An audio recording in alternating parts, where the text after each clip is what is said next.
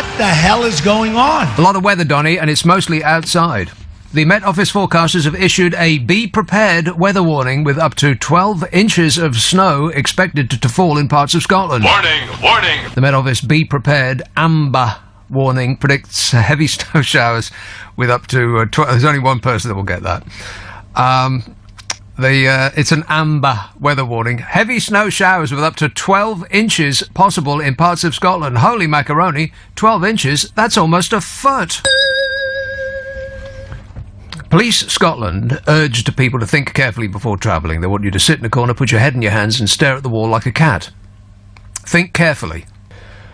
The amber warning covers Tayside, Fife, central and southern Scotland and Strathclyde. It will still be raining in Glasgow. Correct. Wait a minute, I'll just check that because we only deal in facts on this show. Hang on. The weather. I've got an app. It will be not raining for the rest of the evening, but you'll be glad to know it will be raining tomorrow, and Monday, and Tuesday, and Wednesday, and Thursday, and Friday, and Saturday, and Sunday, which sounds like every day to me, every single day for the rest of your lives. Why does it always rain on you? Because you live in Glasgow. That's why. I love that city. It's a great, great city. Can't stand the weather. Met Office spokesman Graham said the situation is... so here's the situation. The situation is there's a lot of cold air in Scotland that is staying, while warmer air is coming over the rest of the UK. Due to the moisture of it, there's a risk that it will bring further rain and snow showers across Scotland, the north of England and Wales. It sounds to me like he's talking about science there. So please disregard everything that he says. There's no proof that science is a thing. I think you'll find that that's correct. He said, across the UK, we're seeing temperatures drop below freezing and snowfall of 10 to 15 centimetres will be seen in the west and central areas of Scotland. And it's about 2.5 centimetres to the inch. And 2.5 is about 2.5. Almost. So that's 10 to 15 divided by 2.5 is like 10 to 15. Like 2.5 into 10 is like 7. It's about 3'6". 3'6" of snow. Can you believe that? No. He said, across the board we expect temperatures to increase from Monday and Tuesday, but it will still remain cold. And get this, pay attention. The reason is because it's January and it is obviously a winter month. That's what he said. They don't give out these jobs to dopes, you know. Affirmative. This yellow be aware warning of snow and ice for most of Scotland, Northern Ireland and North West England, North East England, Yorkshire and Humber is in force until 10:55 p.m. this evening. Which seems unusually precise. Not 11:56. 11:55, as in 5 minutes to midnight. 4 minutes to midnight, you'll be completely safe. Nothing to worry about. This weather warning warns of frequent snow showers, which will be accompanied by hail and lightning at times, particularly across western Scotland. But it's okay, because the government said that there's nothing to worry about. We're doomed. Here's a suspiciously keen caller. What does he want? Shall I take this? Oh, all right then. Chertsey. Hello, Tony. I'll try that again. Touchscreen technologies, they just don't work. There it is. Is it working now? It is working now, yes. You're calling me a suspiciously keen caller. Very, yeah. I haven't said anything yet. What do you want? You did say that. You said that. You said a suspiciously keen caller. Oh, that, yeah. I said that, yeah, but I haven't said anything on this programme yet to warrant a phone call. Oh, but anyway, yes, you go did. ahead. Yeah. Oh, did I? Oh, you really? spoke about the weather in Glasgow. Yes. I know everything there is to know about the weather in Glasgow. I spent 3 months there, and Right. it rained every single day, by which I mean every single day. How unfortunate. Yeah. Well, I've never been to Glasgow, but I've been to Edinburgh, which I think is about the same latitude. No. There's not remotely similar. I grew up in Edinburgh, and I can tell you this. Yeah. The weather in Edinburgh is silence. Listen to me, then you will learn something, Tony. Okay, go on. The weather in Edinburgh is decidedly braw and brisk, whereas the weather in Glasgow is wetter and warmer. It's moist and warm, like. Well, you don't need me to finish that thought, do you? Okay. Just think of something think of something that is both wet and warm. Disgusting. Oh, right, Exactly. okay. Yeah. Yeah, well, it's nearer the Gulf Stream over there, isn't it? I think it's the mountains that get in the way. The weather comes over Ireland and hits mountains and dumps all of its rain on Yeah, but what Glasgow. about the Gulf Stream? Never mind about that. Oh. What's that's the not Gulf important. Stream? What has the Gulf Stream got to do with it? Well, it transports about 500 million megawatts of heat to that side of the coast.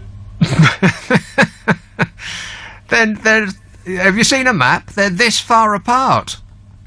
What are? Glasgow and Edinburgh. Yeah.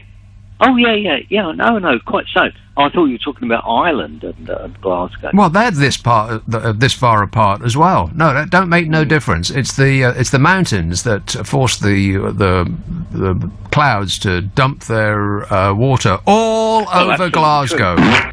Yeah. But the important thing is your experience, Tony. Yeah, exactly. And By the way, I have no idea what I'm talking about. I hope that's clear. So, no, me neither.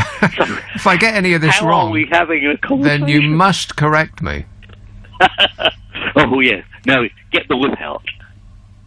No, you've got the whip. You know. No, I have no idea what you're talking. No, you're talking about the previous program. That has nothing to do with me. Anyway, happy birthday, Donny. 1 year old, and you act like it every single day, like a 1 year old. Thousands of protesters turned out, by which I mean supporters. Bruce Springsteen must get this all the time, even though he knows what people are saying. People are yelling at him, Bruce, but on stage, the S part gets lost when everybody's... people aren't saying it at the same time, so it just sounds like boo. Everywhere he goes, it's as though people are booing him. Without the S part. And Donald Trump, the same. Absolutely everywhere you go, Donny, you're hearing the same thing. People booing their support. Oh, shut up! Thousands of protesters turned out across the nation for the second Women's March today, marking the first anniversary of President Trump's inauguration, with rallies aimed at channeling female activism into political gains in elections this year. And you know what? If there's one thing that actually has happened from this year of excruciating news that we've just suffered through, it is that people have become engaged. Even the kids have become interested in politics, and older person's interest has become revivified. You've got to become engaged now, otherwise the screaming Mimi in the White House will take us to war. Okay, I back down on that. There's absolutely no evidence. I apologise. There's no evidence that he'll bring us to war. I'll bring us into war. The coordinated rallies in Washington, New York, Los Angeles and Chicago, and about 250 other cities. I certainly hope that you are one of those selected cities. They are a reprise of a mass protest that marked the beginning of Trump's presidency. They didn't wait a moment before they started to boo him. Well, they were booing him for everything that he'd done up to that point, having no idea of what was about to come. Sister rallies are also planned in Britainland and Japan and other countries too. The rallies, there is one happening in London tomorrow. I'll come to that in a second. The rallies come during what's been seen as a pivotal year for women's rights, with the hashtag #MeToo and the hashtag Time's Up social media effort against sexual harassment and abuse that was born out of a string of scandals in Hollywood and Washington and elsewhere, including ones that have been laid at Donald Trump's door. I will be so great to women. I cherish women. Yeah. With both hands. I know what those hats that they're wearing now mean. I had no idea. I didn't put two and two together. You know those pink, now I know what it means. I can't say it on the radio. Those pink bleep hats. I just thought they looked cute. But it was that they actually meant something. They were making a political point. And a social one, too. Keep your blooming hands to yourself, Donny. I cherish women. Yeah. I can't believe I didn't make that connection. I bet my glamorous assistant made that connection, didn't you? Well, yes. Of course. See? Yes. Stupid. Duh. I just thought they looked cute. I thought, little bleep hats. See, now I know what it means. I can't say it. Get Lucy Beresford back in the building. She'll be able to say it. She can say anything, apparently. I listened to a deal of her show as I was desperately trying to blot it out and prepare my own. I had no idea what she was talking about much of the time, and some of the things that she was referencing, I've got no idea what she was. Maybe that program should come with diagrams. Anyway. 120 protesters attended the march in New York today, according to an official count from the senior advisor to Mayor Bill de Blasio. And Donald Trump would do the reverse of the count that he had during his swearing-in ceremony. I saw 3 people, tops. Millions of people call me and say that there was just 3 people. Thousands also turned out in Washington, Los Angeles, Chicago, Philadelphia, Rome, which is not in America, as far as I know, and hundreds of other cities and towns. And they ain't finished yet because there are more planned for tomorrow. Several speakers urged women to channel the energy into helping Democrats win races in upcoming midterm elections. And speaking as a human being, I really hope that the Republicans get absolutely smashed into the ground at the earliest opportunity. Particularly by people who've woken up to the notion that they've actually been conned. If you are a millionaire, you'd be nuts to vote anything other than Republican. If you're not a millionaire, you'd be nuts to vote Republican, unless that's what God wants you to do. Because I'm certain that if Jesus came back, then he would vote for taking children off health care in order to give tax cuts to billionaires. That's what Jesus would do. So hypocritical, those fundamentalist Christian types. Anyway, President Trump said in a tweet that it was a perfect... Yeah, get this. People are outside booing their support. And Trump tweets about it. He said it's a perfect day for all women to march. He's trolling marches against him now.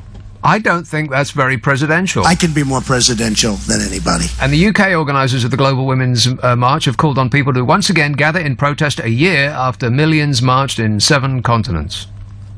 On. Saying it's time for a conscious revolution, they've urged women to capitalise on the momentum created in 2017 by rallying outside Downing Street at 11 a.m. in the morning. Which sounds early to me. But if you get there at midday, there'll probably still be people there. Downing Street, 11 in the morning, tomorrow.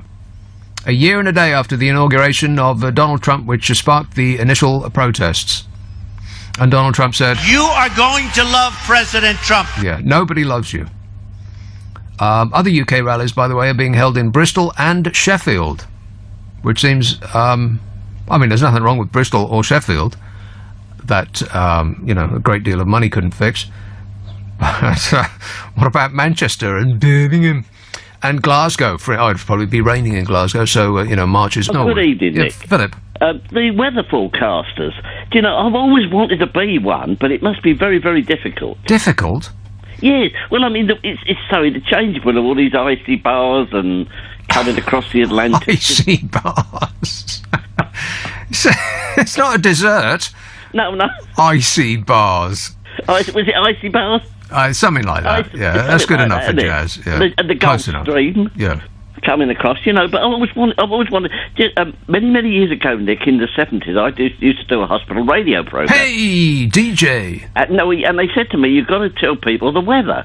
So what I did, just look out the window. It's outside. There it is. You're nearly right. I invented this character called Sid Seagull. and he used to get, and all it was just looking out the window and putting on a funny voice. Right, You know, and this helped people recover from operations, did it? Well, no, it was a special. it was a specialist hospital, so that it was appreciated. you Right, know. okay then, if you say so. And when I was in America, I love watching the American weather forecasters. There was a guy in Buffalo on a TV station called WKBW, and they used to have the actual weather. And what it was, they used to say the bloke went outside and did the weather outside. So I suppose if it's not actual weather, he does it inside.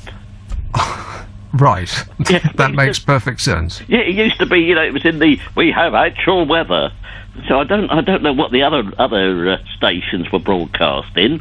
I've also found on YouTube you can get these mood tapes, quiet music and other things. No. Oh well, you can on YouTube. There's 10 hours of rain falling. And it said if you play it, you go to sleep. In Glasgow, yeah. I should think it'd be... Well, they wouldn't need a tape, would they?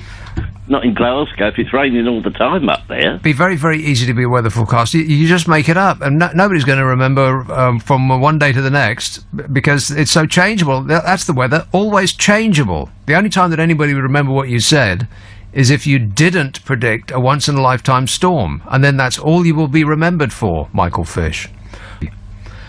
D says, maybe while you were in Glasgow for 3 months, it was the rainy season. That's right. The rainy season in Glasgow is January, February, March, April, May, June, July, August, September, October, November, December, and then January again. Andy says, looking back at Trump's first year has given me a sense of self-satisfaction and pride. I've achieved more of a positive impact on society this week than he has in his entire presidency. I held the door open for a couple leaving a shop. I helped an old lady across the road, and I allowed someone to pull out of a side junction. I'll be standing for president at the next election. I'm guaranteed to win. Well, you certainly do get my vote. Even Donnie thinks you're a great guy. He's a great guy. He's a good guy. He's a good person. Phil says, I went to Glasgow and it didn't rain while I was there. What, were you just passing through? And Paul says, I'm listening to you in my hammock in Guyana, where it is somewhat warmer than Glasgow. Yeah, well, thanks a lot, Paul, but we don't wish to know that. By the way, Jared might be doing some jail time. Oh, I'm so hoping that he does. Deutsche Bank has evidence linking presidential advisor Jared Kushner. Isn't that just comical? Presidential advisor. Donald Trump is a wannabe dictator. Everything he does is from D101 dictator school. And one of the first things that any would-be putative dictator would do is appoint all of the most important posts to members of your own bloomin' family. Jared Kushner is the presidential advisor. But based on what?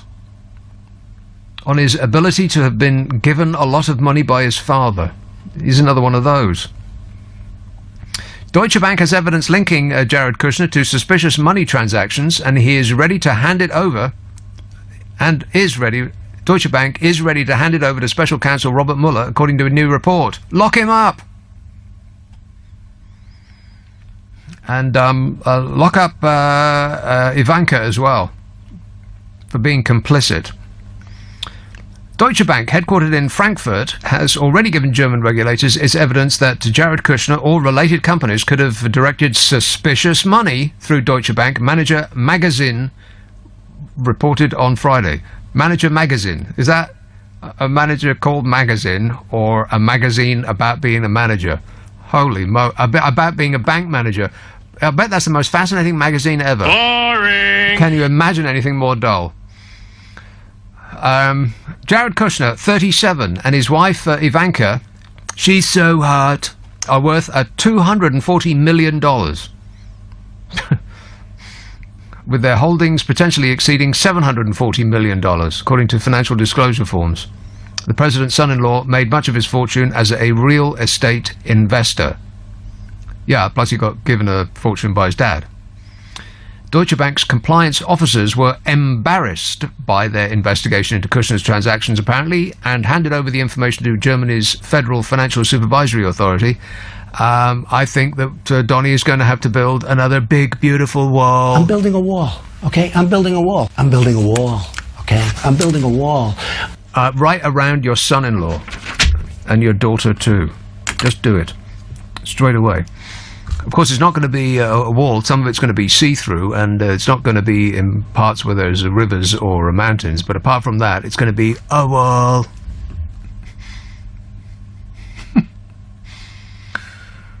Oh, it's exhausting. It really is. This last year has been just... it's been frenetic. I can't remember a single year like it in my entire life. Never have I picked up my phone first thing in the morning before I've even brushed my teeth to see what the President of the United States has done next. I can't be alone in that. It's just been, it's like holding on to an out-of-control bucking bronco. Or a really fat ass that's got the hump. You never know what it's going to do next. It's been eventful. It's been extraordinary. It's been excruciating at times. It's been always surprising. And I just sometimes words positively and totally fail me. And so I wrote a lot of them in a book, which is available at an internet near you. It's called My Tremendous Year in the Huge Shadow of Donald Trump's Awesome Orange Bigliness. And yeah, I needed to. It was in me, and I needed to get it out. Anthony says, "Go see Spielberg's new film, The Post." I will not. Do you know how much it costs to go to the cinema? It costs about £150 for two people. Okay, that's a slight exaggeration, but if you want to eat and drink before or afterwards, and you want to get there, then it's stupidly expensive. Plus, you get surrounded by people. Ugh.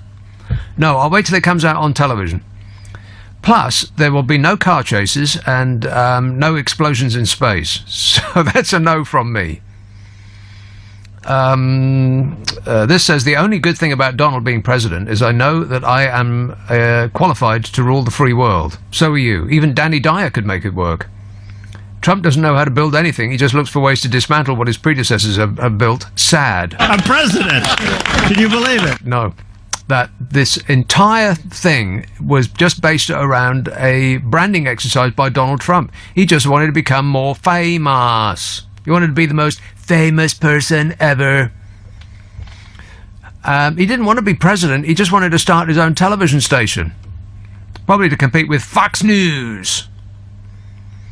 And he had his head in his hands, and his wife too, when he actually won, because he wasn't expecting it. That wasn't a plan at all. How comical is that? And now he's stuck with it, of course, because being such a giant baby, he couldn't possibly back out of this without making himself the most fantastic president that's ever existed.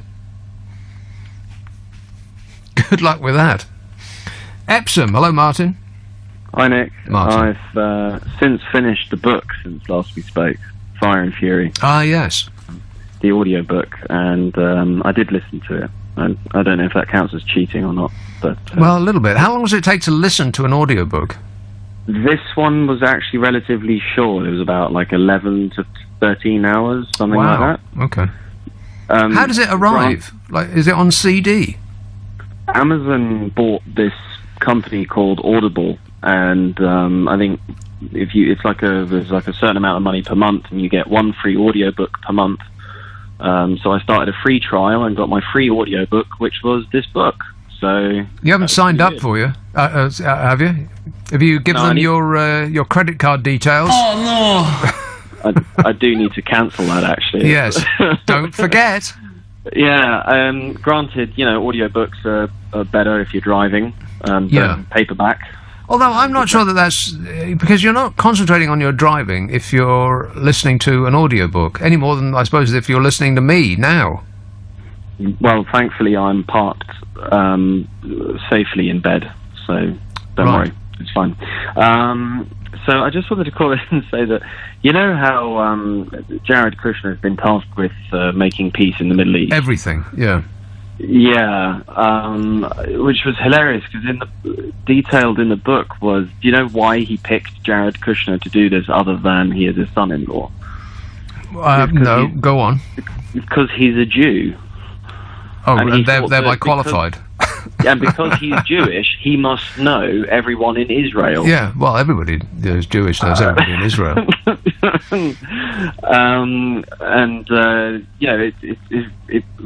It's being made into a TV show as well. So I know you're not a big fan of reading books and stuff. So Google have bought it, I think, as a TV show. They're going to be making something. And Google? Oh, this isn't another service that I'm going to have to sign up for, is it? I can't stand it. There's just too many of them. I can't get through Sky. Never mind about Netflix and what are the other ones? Well, Amazon and there's just too many of them. Somebody needs to buy them and to tie them all together so that we only have to pay one amount. They all have sort of their own signature sort of things, though. So Netflix used to have House of Cards before Kevin Spacey got weird. And Amazon have Jeremy Clarkson trying to avoid getting gout, which is pretty much that whole show is. Amazon now also have Lord of the Rings. They're going to be making a Lord of the Rings show, and then Google are Lord of the Rings on television. Oh boy, everybody wants the new Game of Thrones, don't they? Yeah, I mean, to be fair, if you think about it, if they'd have made the Lord of the Rings movies these days, they wouldn't have become movies. They'd have become a TV program, yeah. Because it makes a lot more money and it would last about the same length of time as well. I mean, one of those it took about 3 years to watch just the end of the last one. It just went on and on and on. At the end of the film, you thought, oh, well, finally, I can get up and go to the loo. But no, you still had another hour of goodbyes to go. Yeah. I mean, Ian McKellen makes that quite easy to watch, though, I suppose. But you shall not pass. I think that's what the Democrats said this week. Yeah. To the Republicans, and I honestly can't decide who's at fault there because are you kidding? Even the BBC are calling it the blame game, so they're both kind of blaming each other for stuff, and it's so difficult to wrap your head around. So if you can explain that would be great. Well, let me explain it like this: the Republicans are whining like a stuck pig because the Democrats are now doing exactly what the Republicans were doing during Obama's and Clinton's presidency. And they're attempting to ascend to the moral high ground and saying it's absolutely outrageous that you're allowing the government to shut down over a matter of money and policy. But that's precisely what they've been doing for the last 8 years. Comical. Yeah, and it's always the sort of same nasty names that you see coming up again and again. But yeah, no, I don't know. I don't think there's been a single... Even CNN, and I follow CNN quite a lot, even they were sort of semi-impartial on the subject, so it's difficult to get a clear read on that. But, yeah, no, Joe Ivanka in the White House were so at odds with Bannon the whole time that they're actually... You want Jared Kushner to go away. He's, I think, the most left-wing person in that White House. Yeah, I don't care. He's not left-wing. You've got to be kidding me. Not to spoil anything, but in the book they say that it was like a Star Wars analogy, that Jovanka, so they thought that Donald Trump was sort of Anakin Skywalker, and Bannon thought he was more of a Darth Vader. Yes. Exactly. And they were pulling him in sort of separate directions, much like, you know, I mean, I don't know if it's a spoiler to say that Anakin Skywalker turns into Darth Vader. There's millions of people who haven't seen that yet. Really? Are you kidding? Like the 90s? Yeah, of course, but there's kids who've been born since the 90s. They haven't seen it yet. Oh, I keep forgetting about that. Yeah, don't forget. No, and I quite like the new Star Wars movie as well. Nah, no, not really. There. Not really. No, okay. And I got to see that for 15 passing quid. Shot. How much? I got to 15 quid and The Force Awakens, so two movies in one night for 15 quid for the premiere night. Yeah. I went to see it. Too blooming much. Way too much. Well, surrounded by people, I bet you were. Morons everywhere. Bought me own popcorn as well. Oh, come on. Why do people insist on just munching popcorn for 3 hours during the course of a film? chewing on it like a cow on the cud. How hungry are you? Just stop eating for 5 minutes. It's a long movie, but Oh, I mean, please. the fun fact though is that cinemas make pretty much all their profit off food. I wouldn't be surprised. Yeah, If you stop don't- eating it. Because the movie companies charge so much for them to show the movie that the only way that they actually make any profit is on nachos and popcorn. But particularly on the cinema near where I am, where nobody checks your ticket. You could just waltz in without buying anything at all. There's absolutely nobody there to check your ticket. There's a multitude of screens, and nobody checks your ticket on the way in. You could just waltz in off the street, not buy anything at all, and see 10 films. You need to tell me where this cinema is, because Oh dear. Here's a list of the jobs that Donald Trump gave his son-in-law. It is like a Dictator 101 school. I mean, if this was happening in a comical sinkhole country, say in the third world, then you'd be laughing at it. That a dictator would give all of the following jobs to his son-in-law. I mean, it would be comical. You'd think, what kind of a sinkhole country is that? Jared Kushner was given the job of negotiating peace in the Middle East. But that wasn't all. Trump asked Kushner or tasked him with brokering a peace agreement between Israel and the Palestinians. He says, if you can't produce peace in the Middle East, nobody can. That's what Trump said to Kushner at an inauguration event. That's not all, though. Jared Kushner is also responsible for solving America's opioid epidemic. I'm thinking of taking opioids just thinking about it. Kushner is responsible for creating a strategy to combat opioid abuse, and will oversee a commission devoted to the topic that will be headed by, well, at the time it was going to be headed by Chris Christie.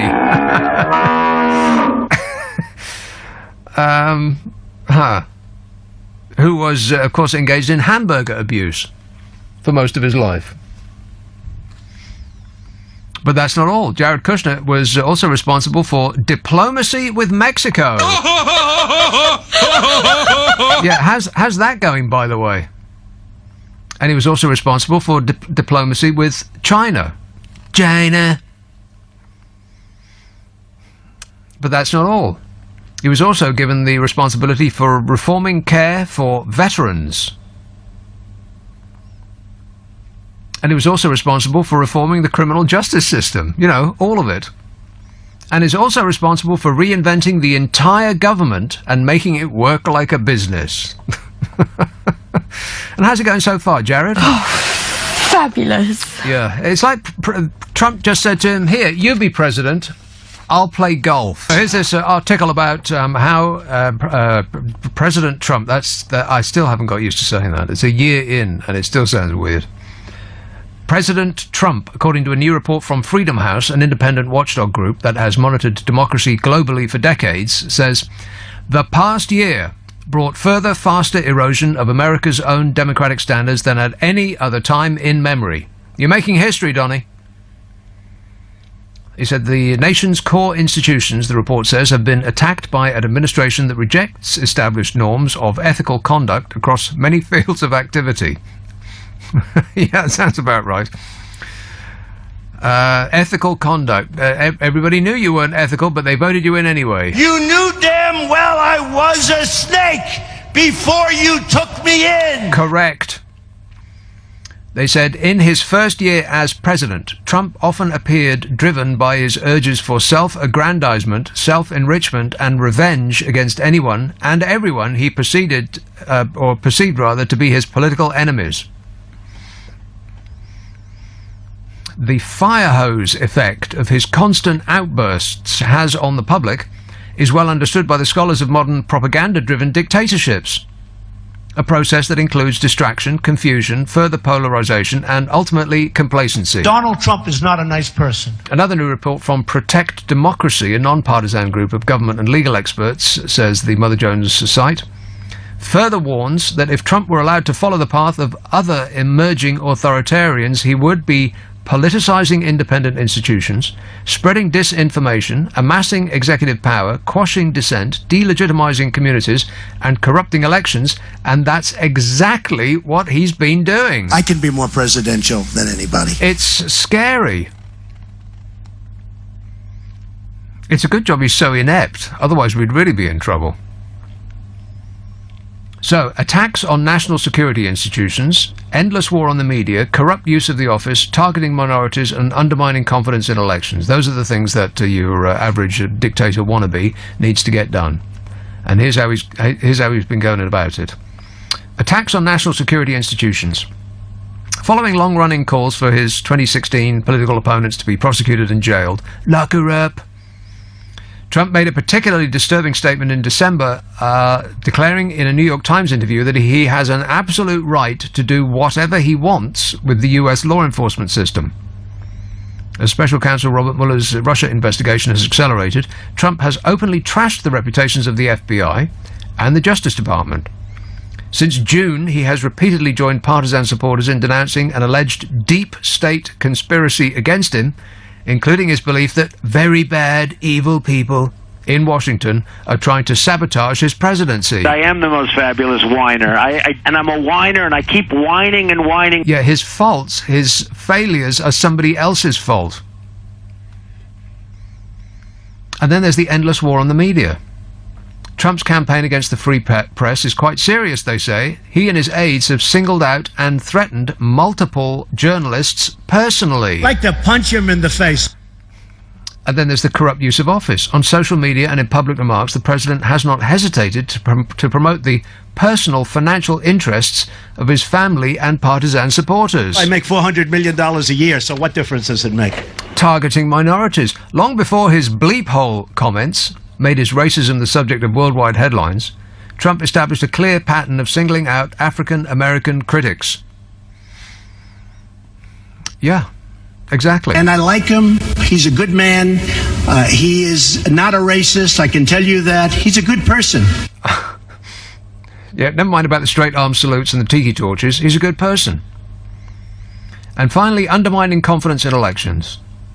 Contrary to the unanimous assessment of US intelligence agencies, Trump has called the Russian interference in the 2016 elections a witch hunt and a hoax so often and in such hyperbolic terms that Americans may well have grown used to the idea, which is of course the point.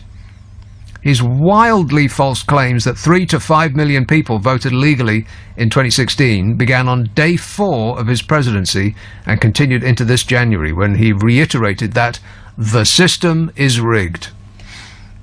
You know, but apart from that, he's doing super fantastically. He's a great guy. He's a good guy. He's a good person. Mm-hmm. So, you really have to keep your wits about you. Like I said, if he wasn't so inept, we'd all be in great danger. Meanwhile, Andy says our weather service is internationally recognised as a world leader in providing the most accurate information about what the weather did in the previous 24 hours. It must be a little dispiriting going to university and picking up a degree and I've got absolutely no idea. Do they do meteorological degrees? Probably. And, spending 3-4 years of your life studying intently the charts and maths and stuff. And then at the apex of your career, nobody believes a single blooming word you say. And they just stare at you on the television and pick apart what you're wearing. Rachel says, I don't think you should be so mean to Jared. How would you feel if you had Trump for a father-in-law and looked like a 12-year-old vampire? You people are very mean. Awful, in fact. I don't know where you get it from. Jenny says, I totally agree with you. When did going to the cinema suddenly become feed your face time? And what's with food being slurped loudly rather than chewed now? Yeah, come on, people. You can't possibly be that hungry. And you're not going to starve to death in there. You could live off your fat reserves from now until next Christmas. Stop eating. And plus, I want the name of the person that came up with popcorn as the ideal snack to eat while you're watching a film. There is no more loud food that's ever been invented. And they chase it around this cardboard box that just magnifies the sound like a speaker. And around and around and around it goes. And they're not hungry, it's just habitual. And they don't even know they're doing it. And they'll chase the last remaining remnants of their bucket of popcorn for an hour. They'll just sort of stir it around at great volume. Makes me want to take things into my own hands and leave. It makes me not want to go in the first place. That's why I don't want to go to the cinema unless I absolutely have to. Unless there's, unless it's a Star Wars film or that new Blade Runner film, which I was looking forward to, which was absolutely fantastic. Boring. Ugh, couldn't be more dull. But something that's going to be good, and there's going to be a lot of money on the screen. If I'm going to pay £5-10, it's absolutely outrageous, then I want to be wowed. I want to be taken to another place, rather than just sitting there with my teeth on edge, listening to somebody chase a bit of popcorn around the bottom of a bucket for 2 hours. Excruciating. Morons. We're surrounded by morons. And they all go to the cinema. And nobody can shut up anymore. You know, Donald Trump was right when he said, Oh, shut up! yeah, try it once in a while. You might like it. Tim says a ticket at the Picture Drone Cinema in Bognor Regis is £2.50 for a weekday or £3.50 for a weekend. I challenge you to find a better deal. I can find a better deal, Tim. £0. Any day of the week. My local cinema doesn't charge at all. And it's one of the best cinemas I've ever been to. Oh, they got surround sound like you wouldn't believe. Groovy. And it's all digital, baby. Yowza. And it's free. Assuming that you want to, take advantage of them. They're a huge company. They can, presumably they can afford it, because if they don't go to the trouble of putting anybody on the door, then I'm guessing they're not really interested in selling tickets or not. You could just waltz right in. You could literally go from one cinema to the next all day long for nothing. Not that I do. I'm just saying you could. Neil says, for your information, the UK box office splits are 60% to the cinema and 40% to the distributor, one of the worst worldwide. Well, what does that mean? Worst. Worst for whom? That is an incomplete thought. Well, it's a complete thought, Neil, but I don't know what your conclusion refers to. And I'll be perfectly honest, I don't care. And that's the most important thing to take from that.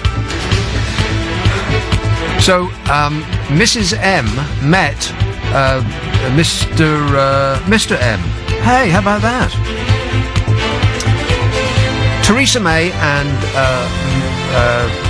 Monsieur Macron met over a luncheon munchin. Did you hear what they had? Oh, magnifique. And they agreed. We agreed to capitulate to their every demands. I'll come to that in a minute.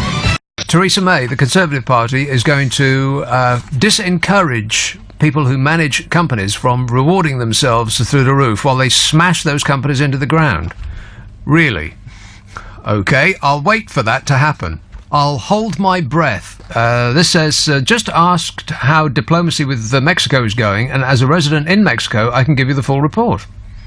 There have been piñatas of Donald Trump on sale ever since he was elected. They're hilarious, and a literal hit with the kids.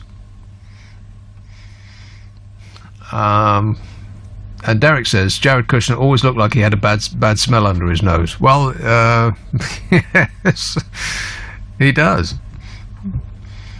And Dad says you should check out an interview with Trump where the interviewer tells him that he seems to be a humble man, and Trump replies that he's more humble than anybody else. Oh, come on. That didn't happen. I'm more humble than anybody. I'm a person that wants to tell the truth. I'm an honest person. Yeah, he's lying about that. Hello, Nick. Love your show. Hey, Gary. Thanks. I mean, your demo of Trump is brilliant. Hey, I know you don't watch Keeping Up with the Kardashians. No. Is that still on? Still on, yeah, I know. Has anything happened yet? No.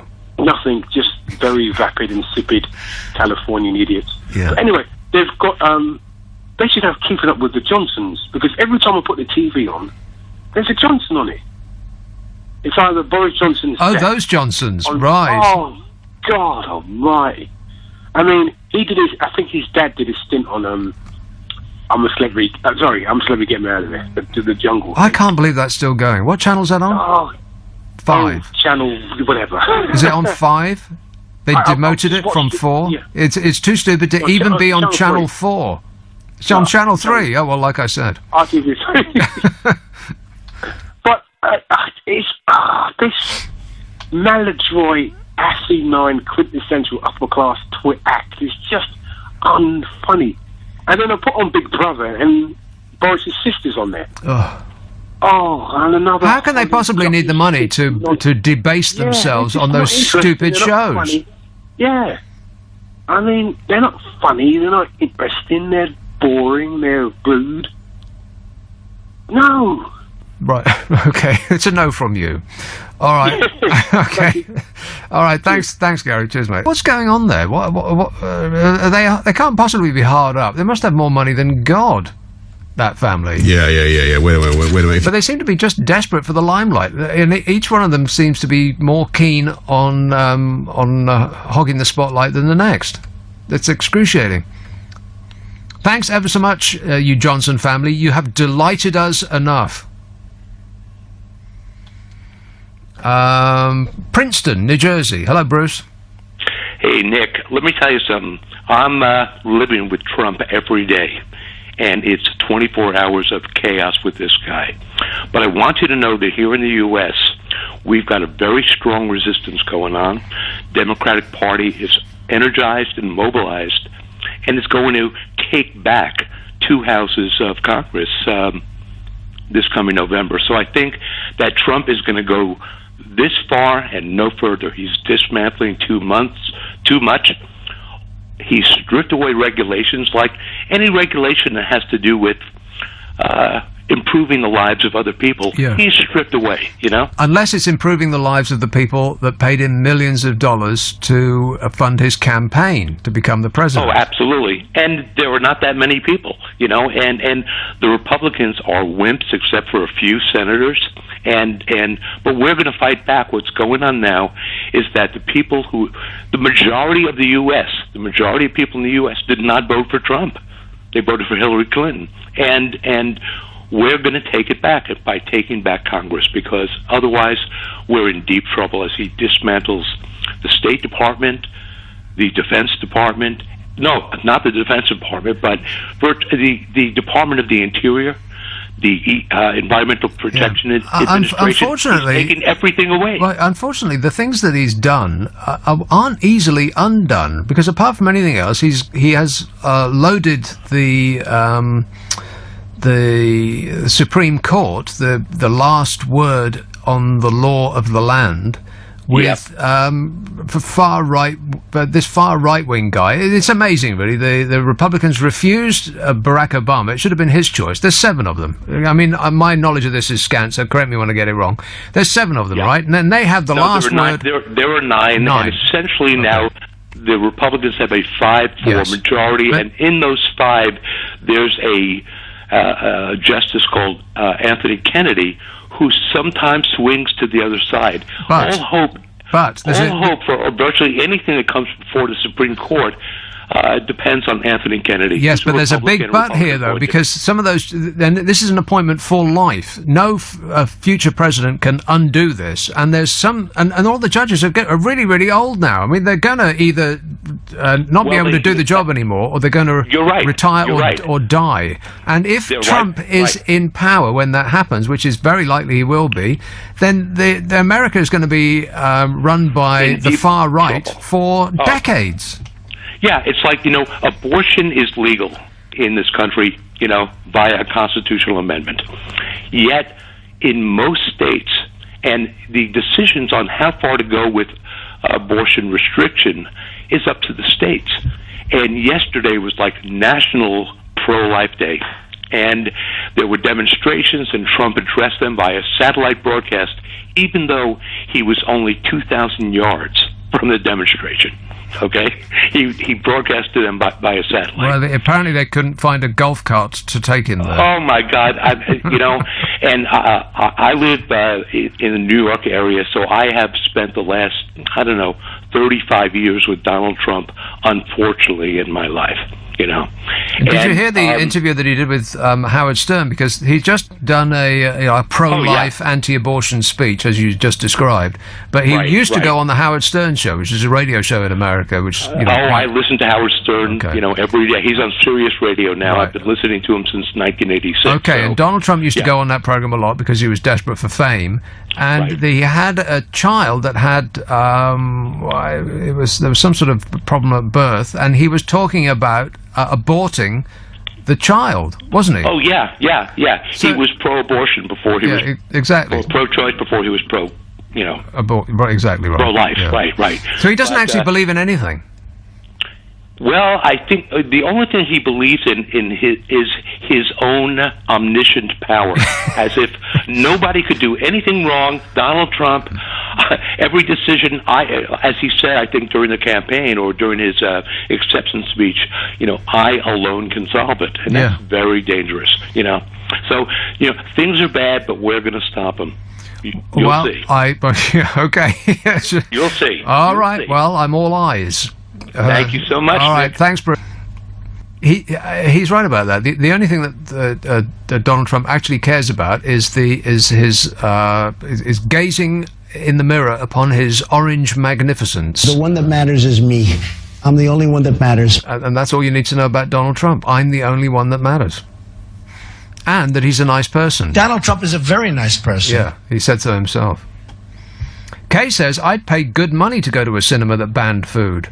I can't believe... It's worse than that, Kay. Theatres are... I went to the theatre the other day. It was free. It was very good. It was Glengarry Glen Ross.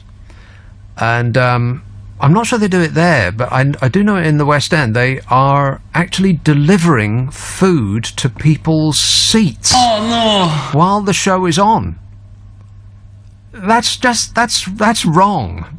That's just flat out wrong. I mean, there's certain places that I think a sense of decorum and politeness should insert itself. There's not many places like that left in the world, but I think the theatre and the cinema, places where people go to appreciate something else, should be one of them. Like an art gallery as well, for instance. People in art galleries should shut up. But they don't. They go in there and they talk on their phone. People bring screaming kids into art galleries, for crying out loud. If you've got a screaming kid, don't take them out. I know that sounds harsh, but it's for the benefit of the rest of us. And don't take it into an art gallery, and don't take food into an art gallery, and don't talk on your phone in an art gallery, and stop chit-chatting. If people aren't chit-chatting, they are talking to people who aren't there on their phone. I think there's something seriously wrong with the human race. Is it just me? Just me. Okay. Excuse me. Yeah, hefty gentleman trying to come through. Obese, by the way, just overweight. And I wrote a column about this. You'll find it on the World Wide Web. Which one did I put up? Oh no, I put up the one about Boris and his bridge. If you look up Nick Abbott's blog, then you'll see it on LBC's website. And after the show, I'll put up one about Donald Trump's heftiness.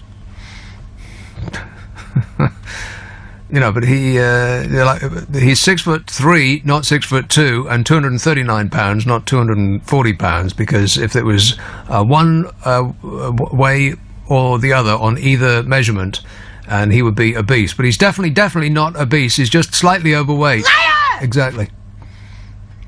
Ian says, no, it is definitely the human race. I was thrown out of a library today for complaining about the noise. What? I don't believe you. Thrown out of a library for complaining about the noise. There shouldn't be any noise in a library. Patrick says, I don't understand why anyone like kids. Like or likes? I'll assume it's likes. I don't understand why anyone likes kids. They are annoying and they grow up to be adults. And we know what they're like. Donald Trump was a kid once. Once? Here is Worthing. Hello, Sam. Oh, hi, Nick. Sam. Can you believe Trump got 30 out of 30 of this psychological test? It would be alarming if he didn't. The psychological test is so easy that you actually have to have something seriously wrong with you to fail it. I think he was probably asked to repeat his name 30 times. Well, no, they show up. They hold up a picture of a lion and they say, "Can you identify this animal?" And then they say, "Can you draw a clock face?" You know, they are tests that would indicate that somebody has, a serious mental issue. But that if they fail it, but nobody should fail that test unless they have an actual serious problem. I mean, you can draw a clock face, can't you? Yes. I mean, I was following Brett Bart, and all the right wingers were saying this is proof that he's a stable genius. Oh yeah. Like, wow. He's strong and stable like the Conservative government. Anyway, I wanted to make a comment about the current shutdown that's going on. It's all over the news today. So I wasn't really paying attention to it until tonight. I thought, let me look into it. So yes, well, there's just so much else on. I know. It seems like the Democrats want some sort of legal status for DACA recipients. Yes. And the GOP wants an increase in military spending. So I was like, let me just look into it. And I was looking at the American defense budget. It's $700 billion. So I'm thinking, $700 billion annually. Are they looking to invade another galaxy? Yes. Exactly. Yeah. Far, far away. Yeah. Yeah. Even if you combine the whole EU military budget, it doesn't even reach half. I think they spend more. I'll have to look this up. I do have the stats somewhere. I think they spend more than the next 5 countries put together, don't they? Oh, here we go. It must be the next 10 because 700 billion. I think probably the next one in line should be China.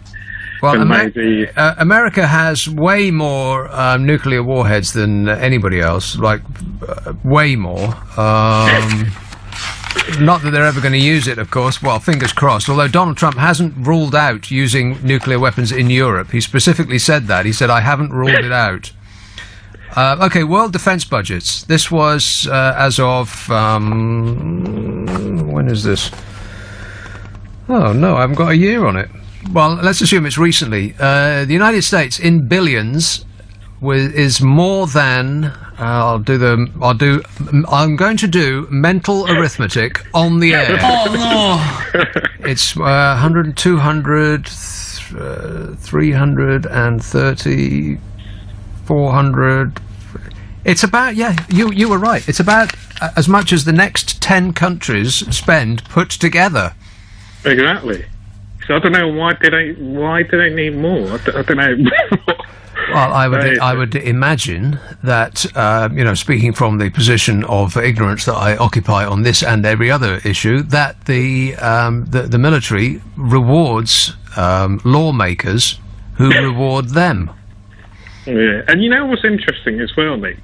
On top of that, they've got a 1.2 trillion set aside in the next, I think, 10 years to rebuild the nuclear forces. And I was thinking, isn't 6,800 nuclear weapons enough?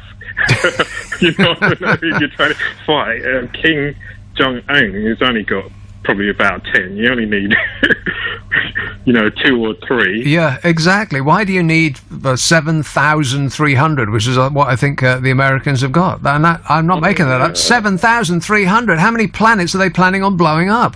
I don't know. I think there might be an alien galaxy somewhere. Maybe they're not telling us. I think that, like most dictators and people of Donald Trump's ilk, he likes to attach his name to things that are longer than they are wide. Oh, shut up! Calling Dr. Freud. All right, thanks. And there's a fellow called Richard Wolff who wrote in The Guardian today about this issue in America about the government shutdown and what a bunch of hooey is coming from the Republicans about this. And he puts it a lot better than I can. But basically, it's the Republicans have been doing this not working with the Democrats for the entire time that Obama was in office. They told him to his face. I can't remember the person he went to, but he immediately after his inauguration, he went to somebody from the Republican side and said, well, we want to work with you about this and that issue. And they just looked at him like he was insane. And they said, we're not going to work with you on anything. Even things that we want, we're going to refuse to work with you on. Which was he brought him down with a bump. And that's exactly what they did. They refused to work with him even on things that they themselves wanted, the Republican Party. And now they're whining like babies because the Democrats are doing the exact same thing that they used to do. I am the most fabulous whiner. And I'm a whiner, and I keep whining and whining. So anyway, in The Guardian today, a fellow called Richard Wolff said, today's Republican Party is built on principle. As a matter of principle, the GOP, the grand old party, the Republicans, believe that it is the only party that can shut down government as a negotiating tactic. The Democrats' job is to keep that government open and cave in to its demands. I was saying this yesterday. The problem with the left wing in general is that they're too blooming nice. The right wing immediately get down and dirty in order they'll do anything in order to keep a grip on power, which they think is theirs by divine right. He says, now that the Democrats have triggered a government shutdown, Republicans are outraged because of their principles, The ideologue responsible for Trump's budget, Mick Mulvaney, put it best to reporters at the White House on Friday. Mulvaney, now director of the Office of Management and Budget, was previously a South Carolina congressman. In that role, he was one of the chief proponents of the last government shutdown because he opposed Planned Parenthood and Obamacare. Because that's what Jesus would want. Taking care of poor, sick people. He wanted to throw that out. He says it takes a special type of hypocrite to accuse your opponents of hypocrisy for following in your footsteps. As a matter of principle, it's the Republicans like Mulvaney who are the deficit hawks, caring deeply about the fiscal rectitude of the federal government, right up until the point where one of them says the word tax cuts, which turn out to be far more important than balancing the budget or the national debt. This is not the only principal issue that defines today's Republicans. As a matter of principle, Republicans are the party closest to God.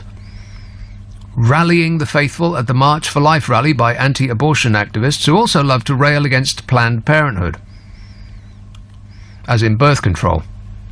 Thank God for the leadership of a conservative president whose lawyer paid tens of thousands of dollars to a porn star through a shell company and false names. The hypocrisy is just staggering. He says before she signed a non-disclosure agreement, the porn star disclosed the sordid details of her affair with the current president soon after his third wife gave birth to his third son. For Christian conservatives, Donald Trump may be a sinner, but he's really doing God's work. That's a whole new definition of family values right there. Disgusting. Exactly. And it's all about the money, honey. They really don't care about anything else. Just give them some tax cuts and that's all that they care about. Throw poor people out into the street and let them die in the hospital car park. We don't want to take care of them because we are more interested in giving tax cuts to billionaires. It's amazing.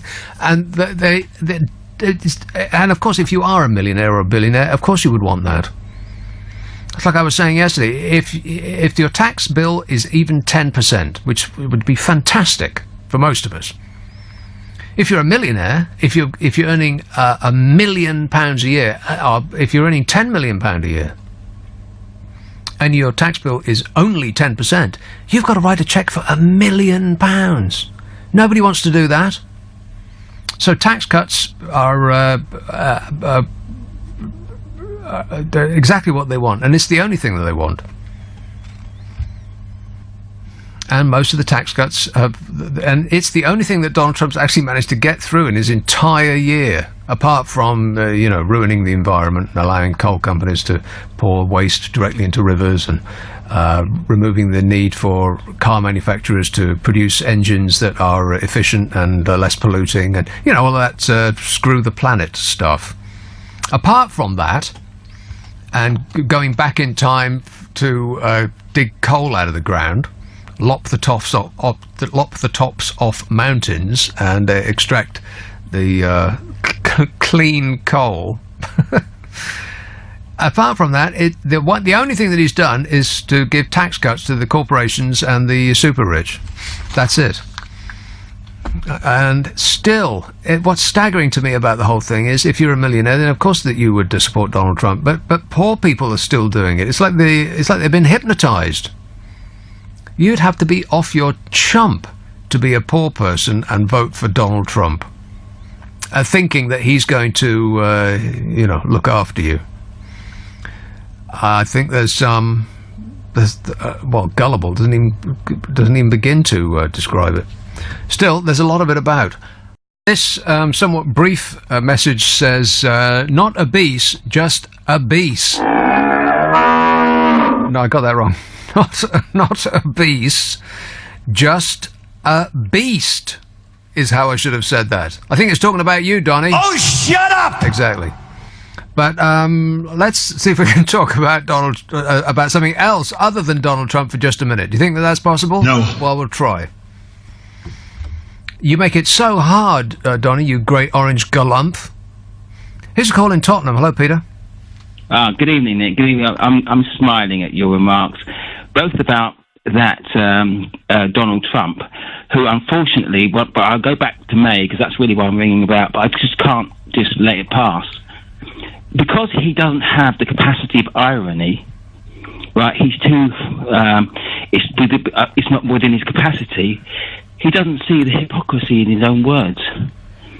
That's his shortcoming, which is a very dangerous one. Well, it's among his shortcomings. Let's agree on that. Yes. Yes. But anyway, back to the mainland. My observation, and I don't have a bone in the race because, as a business owner, I've never really voted. I don't really. Yeah, I know. I can find a better way to express myself. But the point is this: I've been observing, right, impartially, and it's my observation that May, her cavorting would make a hardened harlot blush. You're talking about the Prime Minister of this country, Theresa May. Cavorting? What do you mean, cavorting? Cavorting, basically, she's collapsed. She's a rag doll. They're kicking her around like an old sack, right? They've already, she's got nothing to offer.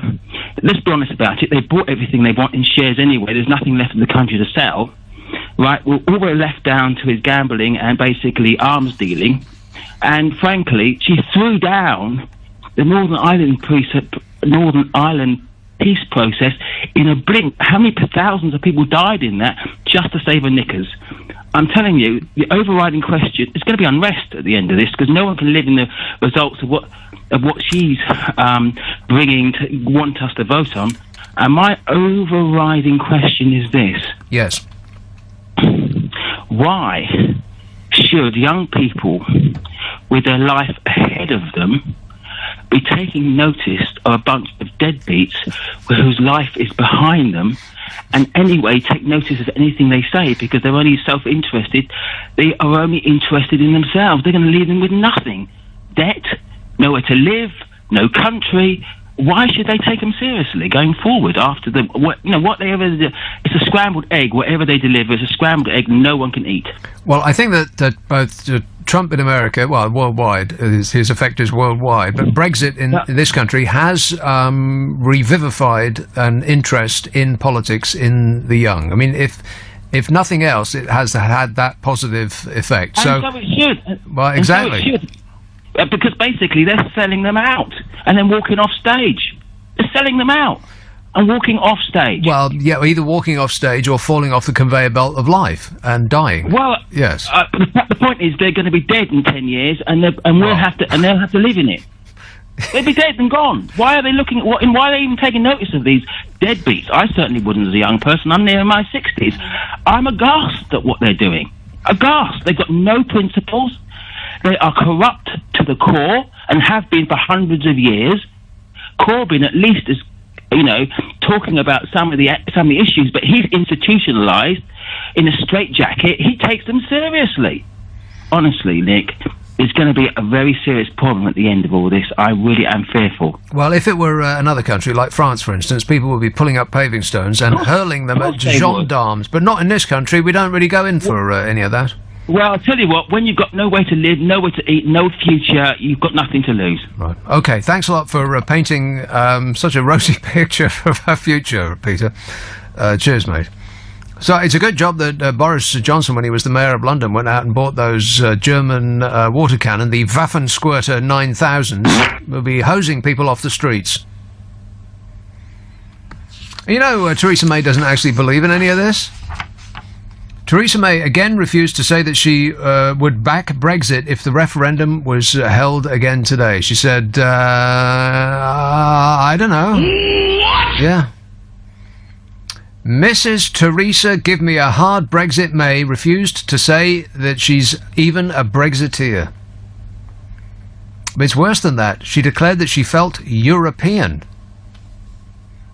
That's what she said. Don't tell you-know-who, or you'll have a fit. I'm a nutcase. The Prime Minister backed Remain when Britain voted to leave the EU in June 2016. And remember, just like the vast majority of our elected parliamentarians, who we pay to make complicated decisions for us, which are above our level of comprehension, most of them wanted to remain too. Since then, though, she has fashioned a reputation as Mrs. Hard Brexit.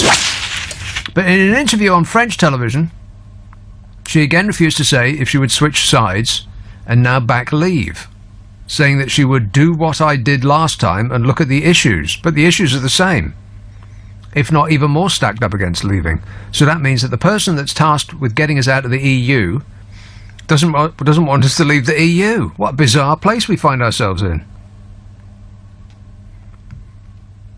Is it because she is traitorously trying to subject this great country to the unelected bureaucratic socialist experiment that is the EU, or does she have more information at her fingertips that suggests we would all be better off if we stayed? I mean, approximately how much evidence do people need that we're going down the wrong path? Would it be when the lane narrows and it gets difficult to navigate? When the path is strewn with boulders? Or when it suddenly ends in a drop off a vertical cliff face? At what point do you rethink your direction? Or is the answer never? And we press on regardless, because it was once the will of the people, and that somehow trumps everything. So she was on French television and she said, there will be no second referendum on Brexit. We took the decision as a parliament that the British people should have their choice. It seems bizarre, really, that they're so interested in what the people think all of a sudden. What other issues of the day that the British people haven't had their say on should we be thinking about? Let's let the people decide on everything. Why not? The people have decided about the single most important thing that's happened to this country since the Second World War. Why not decide on the small stuff too? Or are we only to be trusted with the really big and complex decisions? I mean, those number 10 online polls, for example. Let's make the results law. Because at the moment, Parliament trusts the people so little that even if you get 100,000 signatures for something, the most that Parliament's going to do is to consider it for debate. How not trusting is that? I just don't get this sudden insistence on the will of the people. They don't ask us about anything else. And all of this is because David Cameron wanted to shore up his support in his own party. Yeah, thanks a lot, Dave. We're still not missing you, by the way. He's spending all his time now sifting the Bowden catalogue for the hefty gentleman, but finding nothing in his size. I think this is nonsense, is what he says when he flips through the pages. So she had Emmanuel Macron over, and they went to a luncheon munchin. A high-class lunch, too, as you would expect, trying to impress and cajole him into doing us a favour, which is kind of a bit pathetic and weak, really. And, oh boy, did they live it up. I wonder who paid. Well, actually, I know who paid. Who always pays. Well, as you probably know, our leader has been chit-chatting with the leader of France. The leader of French France, Monsieur Macron, has been speaking about the possibility of a trade deal. And he said pretty much what the rest of the EU have been saying. No, we can't have a bespoke deal. No, we can't have free movement of money without free movement of people. And it's all no, no, no, no. No, no, no, no, no. Yes. He said, we'll have to choose between a Norway-style arrangement that would keep Britain shackled to the single market or a Canada-style deal with only limited market access. But you know what? Those two countries are always way higher up the happiness index than we are, so what would be so bad about that? I mean, those deals might make us all happier. But you know what makes British people angry? Happiness. Correct. He says there'll be no hypocrisy in this respect, otherwise it will not work out or we would destroy the single market and its coherence. And he said that in English. So that seems clear. No bespoke deal. No having our cake and eating it. And our own Theresa May said she wants a bespoke deal for Britain and wants to have her cake and eat it. So discussions went very well. In other news that will make certain people's brains boil, the Maybot said that a joint British-French force would be able to deploy 10,000 troops at short notice and to confront any threat by 2020. That is a joint British-French force, a military cooperation, which is intended to be a clear signal of continued close ties between the UK and France after Brexit, which sounds very much like a European army to me. Oh, no. I bet a certain individual spat out his breakfast beer when he heard that. I'm a nutcase. Mrs May said that both she and Monsieur Macron remained committed to the Le Touquet agreement. That allows the UK and France to post border officials on one another's soil. Except most of the problem is over there because people want to come over here and very few want to go in the opposite direction. There aren't vast numbers of people on our shores wanting to get to France. It's the other way around. And if you're one of those that would say, good thing we're leaving the EU then, well, France is in the EU. Why do people travel the whole distance of the European Union to get here if the EU is the problem? And Mrs M confirmed that the UK will contribute to reinforcing security measures, including CCTV and fencing in French ports such as Calais. £45 million contribution to stop migrants sneaking across the Channel. And Theresa May said that this further investment would make the UK's borders even more secure. Even more. Is that the same Theresa May that cut border security funding by a quarter a few years ago? During which time the number of people arriving increased by 11%. Is that the same Mrs M who cut 10 or 1,000 border security posts and 20,000 police officers since 2010 as Prime Minister or Home Secretary? I think it is. Same one. She seems to be pulling in two different directions on every single issue that she faces. It's not just her face that seems to be pulling in two different directions, her entire being. Oh my God, look at that switchboard. Is anybody remotely interested in anything I'm saying? No. I mean, come on, people. Even Steve Allen gets more calls than this. And Ian Duncan Smith is one of those people that are having a cow about all of this. He accused President Macron of grandstanding. He said Macron's just being beastly. What with Britain's willingness to pay another 45 million quid towards security at the joint border controls in Calais. Plus, we offered 3 helicopters to assist a French mission against jihadis in Africa. Mr. Duncan Smith says, why can't he play nice? Or words to that effect. He says, he wants us to cooperate on security and defence, and we're decent about that. And what we get in return is this stupid game of him strutting his stuff and pretending that we need a trade deal more than he does. Stop whining! He's so bad at diplomacy, he should replace Boris Johnson at the FO. He said, Ian Duncan Smith said, they seem to think they can dictate to us, but they can't. We're leaving. They sell more to us than we do to them, and the potential tariffs on wines and cheeses would be very high. It's just bravado. Wow. How can you be so wrong on so many counts in just such a short space of time? The EU, on whose behalf Macron was talking, sells about 5% of their output to us. And yet we sell about half of our output to them. We need them much more than they need us. Particularly as our wealth is generated not by making things, but by banking and shopping and restaurants. And the bankers will go wherever they can make the most money, defrauding people across borders without impediment. You know they will. If they can make more money in Singapore or Frankfurt or Luxembourg, they'll drop everything and go there immediately, because the only thing that bankers care about is money. And you know that that's true if you've ever been in the company of people who work in banks. It's the only thing they talk about. If they get off the subject of actual money, they will go on to the subject of how much things cost. It's the only thing they talk about. So they will leave immediately. They've got no compunction about being here. Half of the money that we get from banks are from foreign banks anyway. They don't care where they are. And as for the rest of how we make our money, shopping and the restaurants and all that stuff, people have to feel good. They have to feel well off in order to go and spend money in shops. Which is why shops are doing really badly now, because people aren't feeling very good. They aren't feeling very wealthy. So it's like the entire economy is teetering on the edge because, you know, thanks to Margaret Thatcher, as we used to pronounce her name,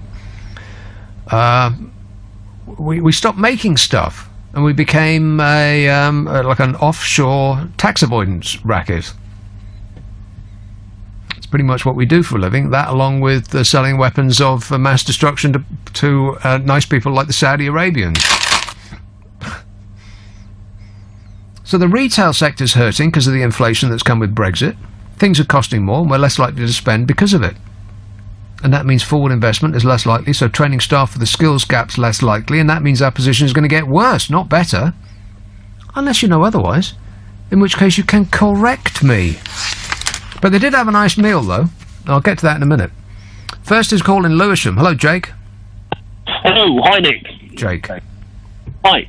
I just wanted to touch on what you were just talking about a second ago in terms of the French Anglo alliance. I think it's crazy because we just voted to leave. I mean, I'm a Remainer. We just voted to leave Europe.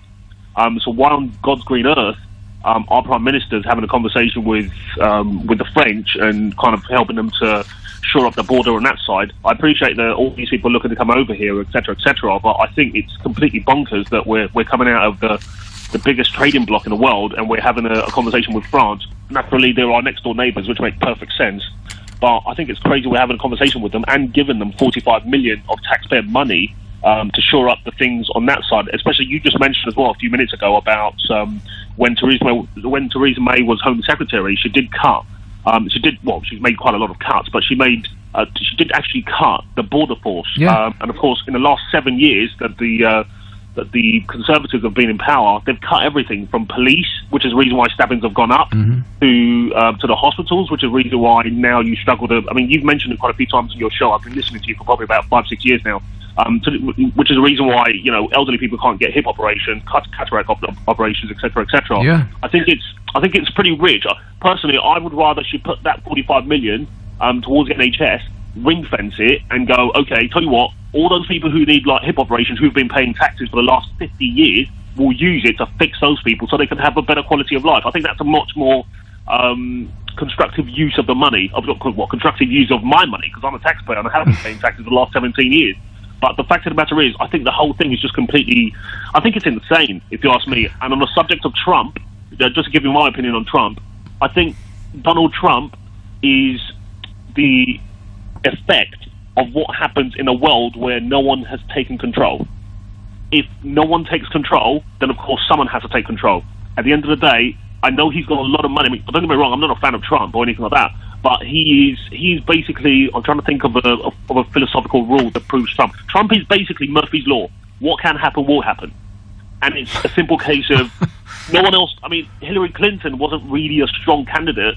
I mean, she was strong because her husband was president once upon a time. She was strong because she had the female vote. She was strong because she's been in government for a long time as Secretary of State, etc., etc. But the fact of the matter is, Trump is the perfect example of what can happen will happen, and that's Murphy's Law. And he did happen, and he's happening right now, and he's turning the whole of the states upside down. And if I'm really honest with you, some of the changes he's made in the year he's been in power are so crazy that it's probably going to take another 7 years for someone to undo them. Well, I think it's going to be longer than that, because like I was talking to a caller from America, he's stuffing the Supreme Court with far right wingers. So you can say goodbye to abortion, and they're already rowing back on the legalization of marijuana in states, and they're going to be run by these hypocritical so-called fundamentalist Christian types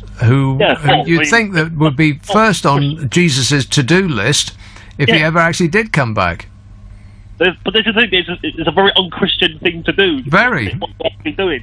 And the other thing I just wanted to say was, you know what you were saying earlier on about, in terms of when Barack Obama was in power, when he first came into power, they said, we will not work with you on anything, not even now that the shoe's on the other foot, so to speak, they're kind of like, oh no, why are you trying to hold up? Exactly. Yeah. You did the same thing to us. We could have progressed, but you've kind of held us in the.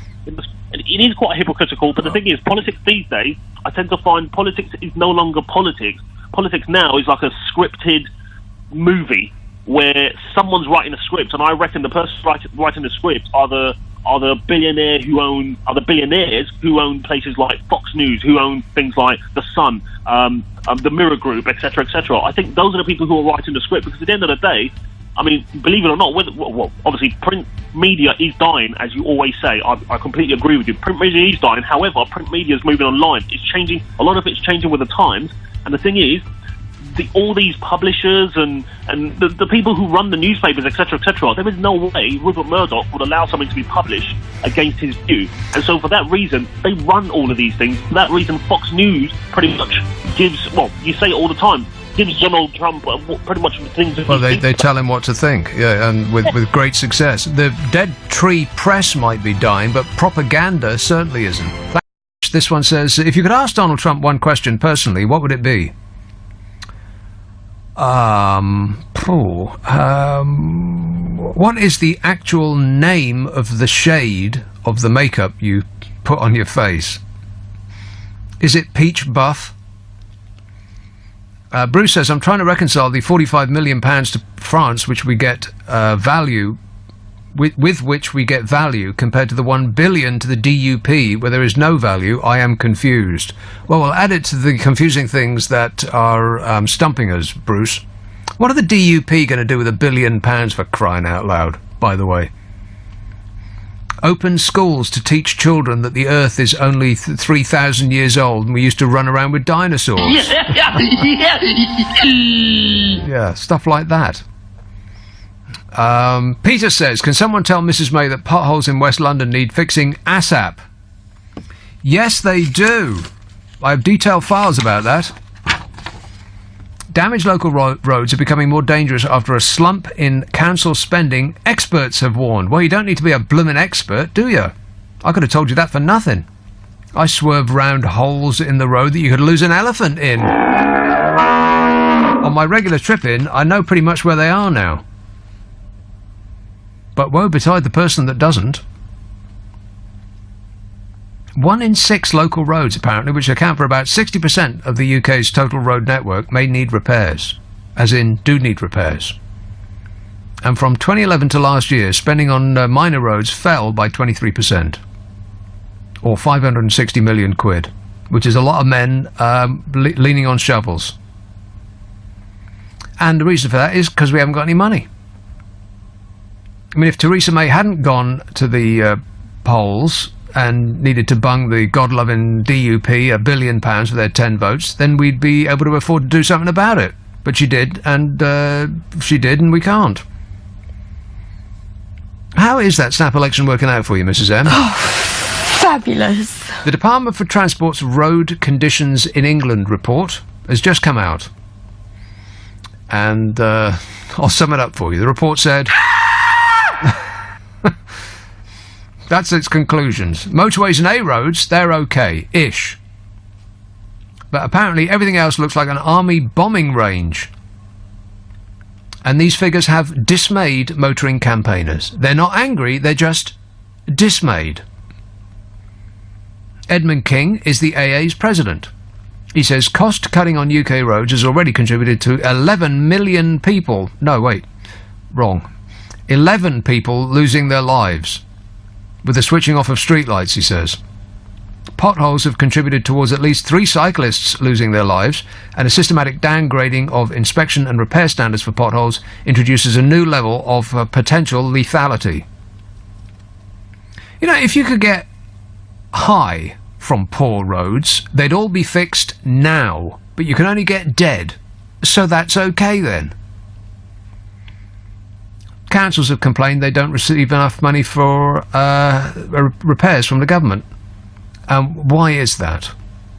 Well, it might be because the multinationals and the internet trading giants and the tech companies take billions and billions of pounds from us British consumers, and they route it through an empty office above a shipwreck at the bottom of an ocean for tax reasons, essentially draining the wealth out of the country and into the pockets of a few hundred stratospherically rich people. And that's why your taxes keep going up, and you don't have any money to spend on stuff, and yet the NHS is in crisis, and the army are facing cuts, and there's not enough police, and all that other stuff that the truly deluded call the politics of envy. It's like we've been hypnotised to accept a dwindling of our horizons so the 0.1% can pick our pockets. And the Local Government Association says the bill for repairing roads in England and Wales could reach £14 billion in 2 years. There's a backlog of repairs in our local roads which currently stands at over £12 billion already.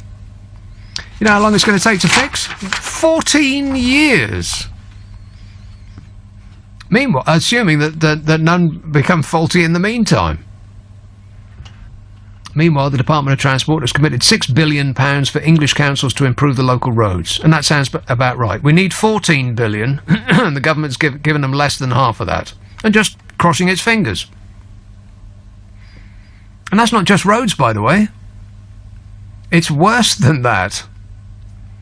Almost 3,500 council-maintained bridges are not strong enough to take the heaviest lorry. And that could cost about £1 billion as well. Or about £250,000 per bridge to fix them all. So we better cross our fingers and our toes as well. And don't go under any bridges or on any roads. In fact, don't leave the house. Mate? I've just been wound up with this pothole Britain, basically. Oh, right. I was calling to talk about Trump, but you wound me up with that pothole Britain because, you know what? One of the worst places with potholes is actually outside the Houses of Parliament itself.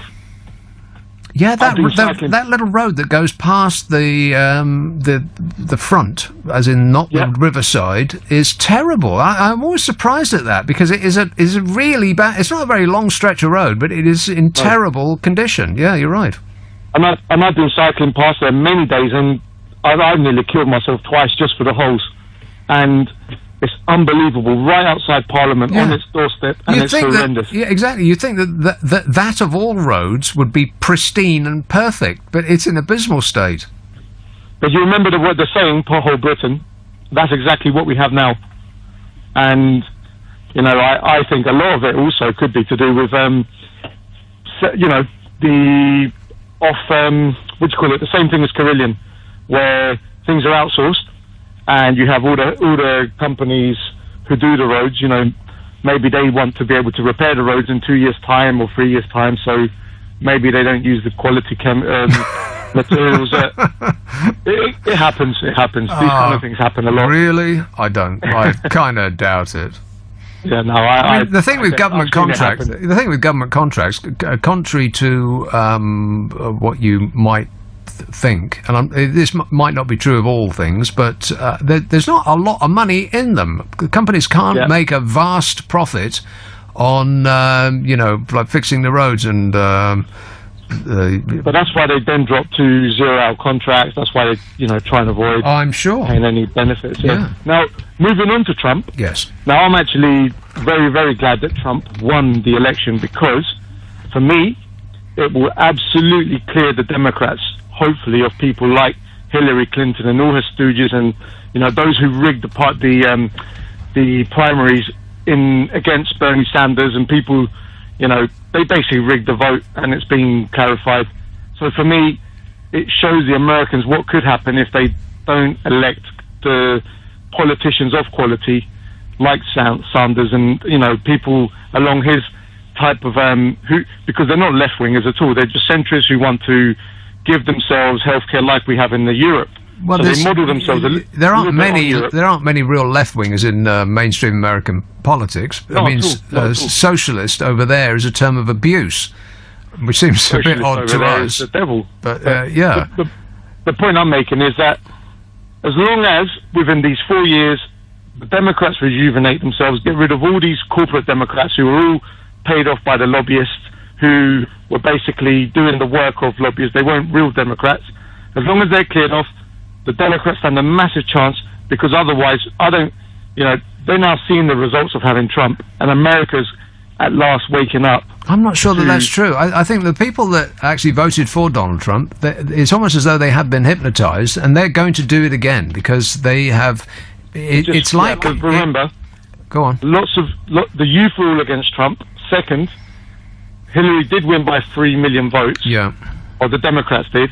So there is a very good potential. I think a lot of people will be put off Trump, especially in 2 more years of what's going on. Well, perhaps, but if the same number of people vote for him in the same locations, then he'll win again. Yeah, of course. Now, I don't think that's going to happen, but if the Democrats make the same mistake of electing maybe Schultz or anyone with that kind of Hillary Clinton pedigree, then they've only got themselves to blame, really. I'm seeing it as a massive opportunity for America to wake up, and that's why I'm glad Trump won, because it should wake them up. Well, yeah, it's waking a lot of people up. I'm not sure that they're the right people. I think the people who have been hypnotized to believe that he is their salvation, they still believe that, because I think probably because it's their last chance to make a success of their lives. They feel that they're all in. They bet everything on. I was going to say black, but that's not right. At the roulette table, they'd have chosen red over black. There's no doubt about that. And so they can't back out now, because where else are they going to go? The lights have just gone out. Oh God, I've got to wave my arms around like I just don't care. There you go. Okay, thanks, Adam. Yeah, I'm not sure if but part of the problem with going with a candidate that doesn't have any appeal to a business is the amount it costs to become the president of the United States of America. The campaign goes on forever. From the moment that the president is inaugurated, the campaigning starts again. I mean, these rallies that Trump keeps going onto, it's not just him going to a safe space where people whoop and holler his name and he can throw out a hat and he just glories in the cheering. There is that, but he's also campaigning for his next run at staying in the job, and he's going to go again. You know he is, because he'll have to smash criticism into the ground. He won't walk away with boos ringing in his ears. He'll keep going until he turns those boos into cheers, or in his mind he thinks that he can. But it costs $1 billion to run to be the president of the United States of America. It's all about the money, honey, and you don't get that much just by appealing to people's good nature, and they send you a check for $5. You need the banks on your side, and you need the oil companies and the tech giants and all of the rest of it. And unfortunately, where they go, we seem to follow.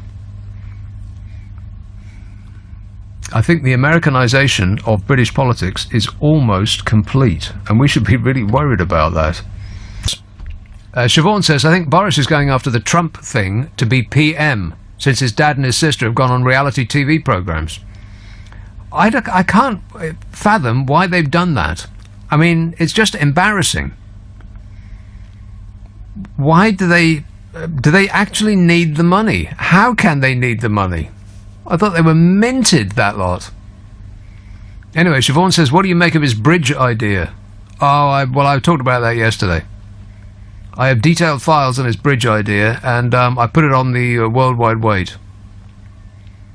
I've written 2 columns. I can't remember which one I put on before the show, and I'm going to put another one on after the show. I think one's, well, I do know. I know one is about Boris Johnson and his bridge, and the other one is about Donald Trump and his first year in power. If you do a search on Nick Abbott's blogs, then you'll go to the LBC page that it's on. They'll both be there within the hour. One of them is there at the moment. So, yeah, don't make me go through that whole bridge thing again. It's a stupid idea, daft. For several well, all right, I'll just précis it for you. For several reasons. 1, it's the busiest shipping lane in the world. 2, it can't be one giant unsupported span, so there'll be, pylons and girders and all the rest of it that ships will bash into. You know they will. There's between 600 and 800 ships a day go through that the Dover Strait. So they just won't. And the wind is another thing. The bridge across the Thames, the Dartford crossing, gets shut because of the wind about once a month. They get shut either partly or completely because of crashes about 300 times a year. So can you imagine what it's going to be like across a bridge over the channel? People driving on the wrong side of the road in the wind and the rain. It's going to be absolute chaos. There's just so many reasons why it's a daft idea. But anyway, Siobhan says you have to admit that this idea fits in with the new modern notion that anyone in power has to be slightly crazy, otherwise the public won't like them.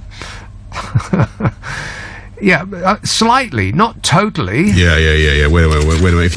And I don't know. I mean, I think his talents were suited to being the mayor of London, but certainly not PM, and not really the current position that he occupies. Patrick says Bill Hicks died at 32. Donald Trump is American president at 70, and people still believe in God. If God exists, he must be a Republican, says Patrick. And on the subject of potholes, Rob says, why don't these boffins create tougher, more robust and resilient road surfaces that won't explode into potholes as soon as a vehicle travels over them? This cold weather has really had a terrible effect on the roads. They just can't survive a mild British winter. They seem incapable. Whatever we're putting down on the surface of the road is not good enough, whatever it is.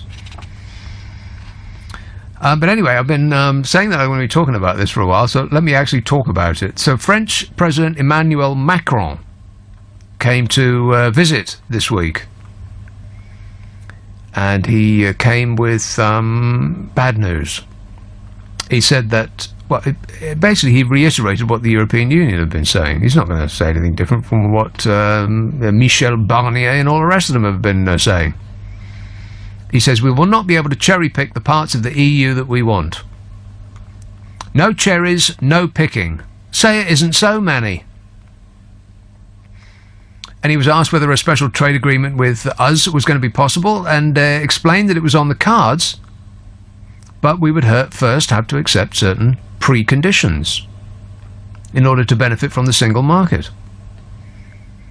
He said, oh, sure, but this special way should be consistent with the preservation of the single market and our collective interests. He's just repeating everything that the EU have said. We keep asking the question over and over again. Can we have a special deal? Can we cherry-pick parts of the EU? And then they keep saying no, no, no, no. No. He said you should understand that you cannot, by definition, have the full access to the single market if you do not tick the box. They are all about the box ticking. And this is an interview that's going to be on your television set later today. And he said Britain would not be able to gain access to the single market without first agreeing to preconditions. And the preconditions are the exact same things that we've been that certain individuals have been fighting against. I'm a nutcase. Which are freedom of movement across the EU, jurisdiction of the European Court of Justice, which is Europe's top court, as well as budget contributions. We're going to have to agree to all of those things. What a weird position we find ourselves in. So we're going to be free from the control of the EU and free of the requirement to give it money and free of the jurisdiction of the European Court. as long as we subject ourselves to the control of the EU and we give it a lot of money and we obey the European Court. Thank goodness we'll have our country back. Yeah. He said, there should be no cherry picking in the single market because that's a dismantling of the single market. I mean, if the rules of the EU mean anything, then they mean that. Well, we know that already. Why do we keep asking for the same thing? And when they say no, we dig our heels in and insist that they need us more than we need them. No, they don't. He said, as soon as you decide not to join the EU preconditions, you do not get full access. He said, what's important is not to make people believe that it is possible to have your cake and eat it. Did you hear that, Boris? No having your cake and eating it. You've had enough cake, you hefty blonde blimp. Try a salad once in a while, why don't you? I say that with respect. So Monsieur Macron came over here and said that access to the single market for the UK's financial sector was not feasible if the UK didn't accept the obligations set out by the EU. But of course, everybody that made a decision back in June in 2016, we knew that already because we looked into it and we examined the ifs and the buts and the maybes, and we came to an informed choice. Or we just thought, do we like foreigners? And the answer came to us, no. And that's how we voted. Unless you know otherwise, in which case you can correct me. And the problem is that we have hitched our cart to the horse of the banking racket. If they're saying that access to the single market for our financial services sector wasn't feasible if we don't accept all of the free movement of people and the rule of the European Court of Justice and budget contributions and all the rest of it, then we're going to have to accept all of those things because the banks will insist on it. Otherwise, they'll up sticks and leave, and we might hate them, but we'll miss them when they're gone. What the banks want is what the banks will get, because they are actually running the country, not Theresa May. And I know that some people would doubt that, but just think: how many of the bankers that work in the City of London that have consigned the people of this country to, by some accounts, 50 years of stagnant income? And they've lied and defrauded and cheated and stolen and ruined businesses and lives. How many of them have gone to jail?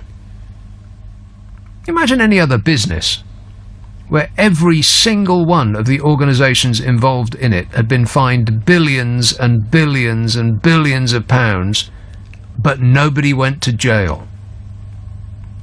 And the fines weren't as much as the money they made from their defrauding and stealing. There's no such business exists. The mafia aren't as crooked as the banking racket. Their business model is fraud. So either they've all been cruelly fined for things they never did, or they're the ones that are actually running this country. I mean, try coming up with another explanation. I double dare you. So it's all moot, really. Because whatever the banks want, the banks will get. Otherwise, they will threaten to leave, and they can do it. Because unlike people that make things for a living, which is how Germany earns their crust, it's quite difficult for a manufacturer of car parts, for instance, or widgets, to close down a factory, get another factory going in another continent, move all their workers and train new workers that they need and all the rest of it. Bankers can just close their laptop, get on a plane and reopen business that same day in another continent. So whatever they want is what they'll get, and the will of the people be damned. But at least they did have a nice lunch. I'll come to that in a minute. On the subject of potholes, Peter says buses also need repairing. It feels like their wheels are squared. The Flintstones had better vehicles. Yabba dabba doo. Monty says, did your mate Macron of the EU pay for his meal? He can't have it for free. He'll have to pay for it. All in capital letters with 6 exclamation marks. Well, he didn't pay for it. It's like the royal family. If you're the leader of a country, you don't pay for anything. Oh, God. The vomitous coverage about Wills and his bloomin' haircut this week. Struth. He hasn't got any hair. What else is he going to do? And there was profiles of the man who did the haircut, and his haircut to the... I could have done Prince William's haircut. He could have just stuck his head into a Magimix and it would have come out looking the same. And as for Hazard and Meghan Sparkles, oh, for crying out loud. They show up to one thing a month. And people go berserk. Oh, they're so fantastic. They work so hard. Oh, she's lovely. Crying out loud. Yeah, I think the people have been hypnotised. And they're busy spending, £500 million of our money tarting up just one of her homes. The richest, one of the richest women in the world. I think the richest woman in this country, who lives the richest life of anyone that has ever existed, and we're paying for the upkeep of her house. And demanding our right to do so. So anyway, Monsieur Macron was over here. He's coming over here and eating our food. And Theresa May took him out for lunch. And they ate in a Michelin-starred establishment, if you please, when he was over. Oh, I can only dream of eating in a place that's popular with people who make tyres. They were served dressed crab, followed by naked duck breast. Disgusting. The meals were prepared by last year's MasterChef, a bloke off the telly. Craig Johnson. Because that's what the television needs. More people, more programmes about people cooking food that people watch while eating baked beans straight out of the tin. It's incredible. It's like food porn. Nobody cooks anything anymore. And the evidence of that is the vast size of the British population. And yet our most favouriteest thing to watch on television is people cooking food from scratch. The one thing that nobody does. So anyway, dishes on the menu at this place include, but are not limited to, roast partridge, foie gras, leg bonbon, celeriac puree and Savoy cabbage. That's all on the same plate, by the way. That's all one dish. £27? I'd want the partridge and the pear tree it was shot in for £27. Poor little partridge. So the leaders there were served dressed crab, blood orange, radicchio and sorrel as a starter. And then carver duck breast, roasted onion tartlet and beetroot puree. And if you can't pronounce it, you can't have it. And they had French wines to accompany their meals. A Riesling for the crab and a 2013 Domaine Grand Roman for the duck. And guess what? They didn't pay for any of it. We did. That's where your tax money went, that was.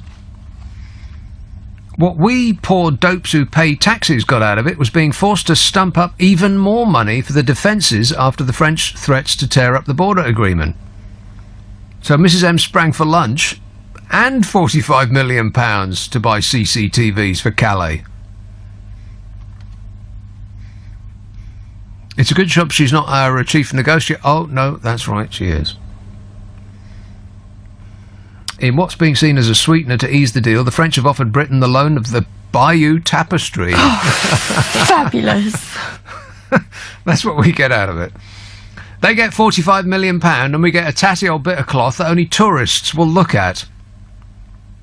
And we're going to have to pay to restore it, apparently, according to the mayor of Normandy, the Normandy town where the artwork is currently on display. We can have it, but we're going to have to patch it up. Sacre bleu. But it got worse and worse.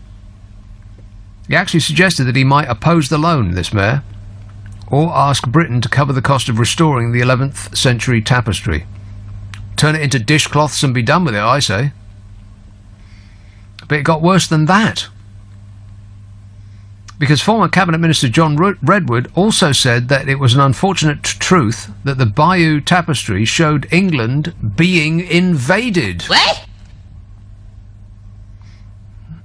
He says, Monsieur Macron comes with a rare gift, a loan of the Bayeux Tapestry to the UK, and while I'm sure the offer is well meant, I will pass over the unfortunate truth that it depicts an invading French army killing England's king and many in his army before taking over the government of our kingdom. Spoiler alert. Some French politicians have called for the border deal to be scrapped in the wake of Brexit, potentially allowing thousands of migrants to reach the shores of Kent. But at least we'll have our country back. Yeah. Oy. Yvonne says, about potholes, I've seen the same holes repaired, in inverted commas, 4 times in 20 years. They do seem to go in the same place over and over again. Maybe it's that repairs don't actually weld themselves to the rest of the road, so they're more likely to become unrepaired than the rest of the road. Does that make any sense? No. You know, when you repair I'm trying to think of an example from DIYing. If you repair like a piece of wood and you put wood repairing stuff in it, then the bit that you repaired is the most likely bit to break again. Is that right? Who cares? Jim says, we keep asking for the same thing with what? Oh, the EU. We keep asking for the same thing because those who are pro-Brexit are actually looking for much more. They see themselves as the vanguard that will dismantle the EU entirely. Am I the only one who sees this? Says Jim. I've got no idea, Jim. But I do think that it was one of the policies of UKIP. The arguments that UKIP stands for aren't valid. You know, all the travails that Mrs M is going through in the Conservative Party are at each other's throats, and it's a coalition of chaos with the DUP and all of that. At least they're not UKIP. Things could be much, much worse, Mrs M. Because what's happening over there is, it almost, but not quite, beats the comedy clown show that's going on in America right now. I mean, I know that Donald Trump eclipses everything. Thank you.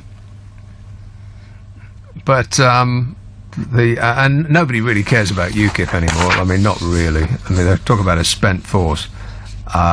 It's just an amusing sideshow. But the way in which they're disintegrating is, it's funny. I could be appalled. I've decided to be amused. So I'll get to that in a minute.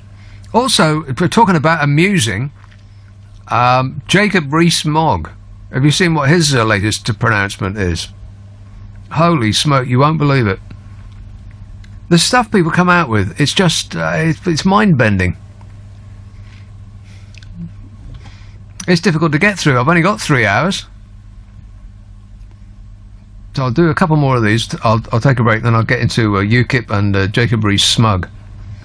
Patrick says Sanders, as in Bernie, presumably, Sanders had a credible chance of running America virtually single-handed.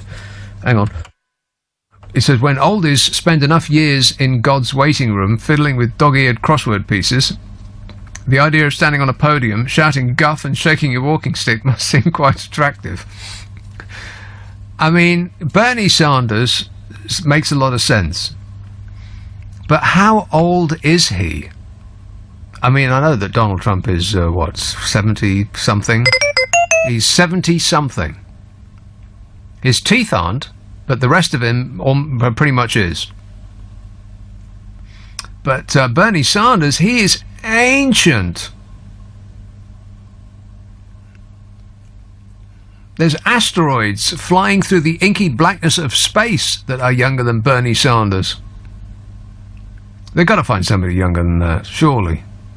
Although, to appeal to young people, you don't necessarily have to be young. You just have to say things that make sense to young people. Kate says, so our negotiations with the EU are a sham. Why don't we demonstrate on the streets against the government's inability to take us out of the EU? We need to make a stand against Theresa May's double-dealing.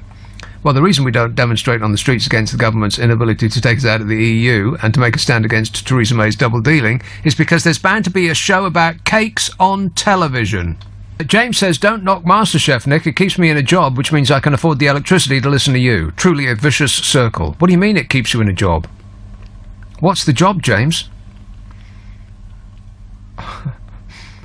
I'm asking a computer screen. It's not answering. Answer the question. Sam says, France, England, wasn't the Battle of Hastings a tiff between two kings rather than two nations? I don't know, Sam. It sounds like history to me. Boring. Don't care. But I do know that Hastings has a nice pier. It's a delight. You can see the sea from it. And Pete says, it would have at least have been nice to have served an English wine with their meals. Correctamundo, Pete. That was unpatriotic of you, Mrs. M. Boo, Mrs. M. Serving filthy French wine with delicious British partridge or duck or whatever it was. Some recently shot thing. Here's calling Barry. Tony. Good morning. Hello, Tony. About potholes. Pardon? About the potholes. Oh, yeah, the potholes, yeah. If you've ever been to the Vale of Glamorgan, every road is like Port Stanley runway. They're all craters everywhere.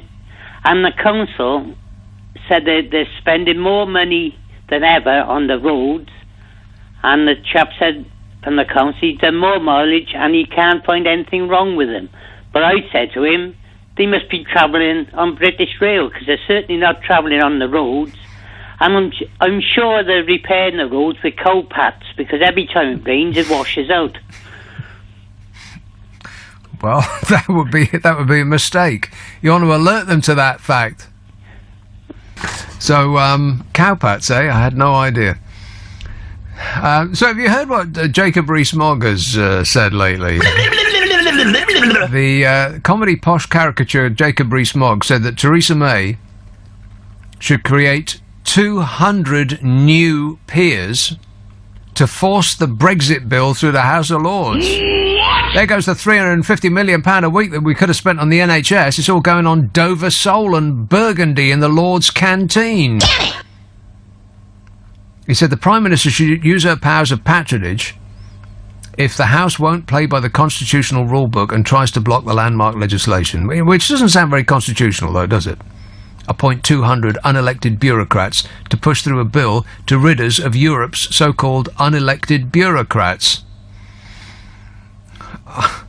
Am I losing my mind? Well, the whole world's gone crazy. The bill was cleared by the Commons and is going to go to the Lords later this month, where many peers will propose amendments to force the PM to reshape her Brexit plans. And that's the way our system works. I thought that's what people like Smog wanted. A return of control to our parliamentary system. But that doesn't seem true. They want to fashion a whole new system while claiming that it's the old one.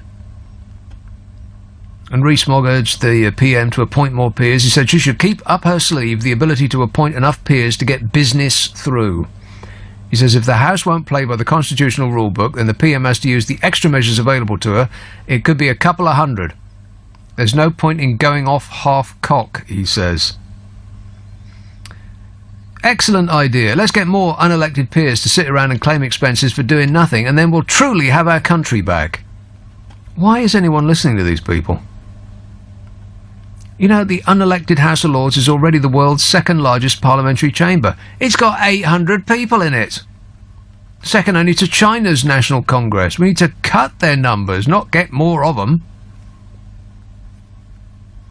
In fact, there was a blueprint for reform, which was published last year. It called for a cut of around 200 peers. to bring its numbers under control. And this bloke's suggesting we have 200 more of them. The stuff that goes on. Still, could be worse. It could be UKIP. I haven't got long, so I'll just see if I can squeeze this in.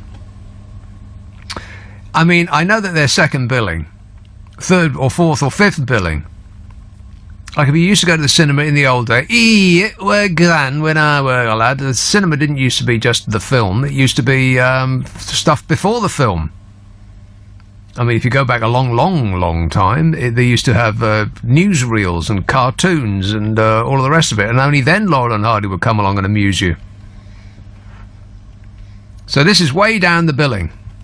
But it is funny, their various travails. UKIP has been rocked by 2 more resignations, including that of its former General Secretary Jonathan Arnott, MEP, who quit saying the party's leader Henry Bolton was not up to the job. Jonathan Arnott, MEP, left hours after a former close aide to Henry Bolton, who's currently running UKIP, or was last time I looked. He also resigned, this former close aide, citing the leader's relationship with Joe Marnie, who sent apparently racist text messages about Prince Harry's fiancée, Meghan Sparkle. Not Meghan Sparkle, she's so fantastic, she's lovely, does a lot of work for charity, she smiles a lot, she's great. You know, that one. Anyway, the leader of UKIP, Henry Bolton's faced multiple calls to resign over his relationship with this Modu, whom he met on Boxing Day and has subsequently left his wife and his children for. He's claimed to have ended his relationship with Marnie, though the pair were recently photographed together. That's right, they were photographed at the National Liberal Club, which looked about the least modern place that has ever existed. Perfect for a UKIPper. I bet the smell of World War II dinners still clings to the curtains.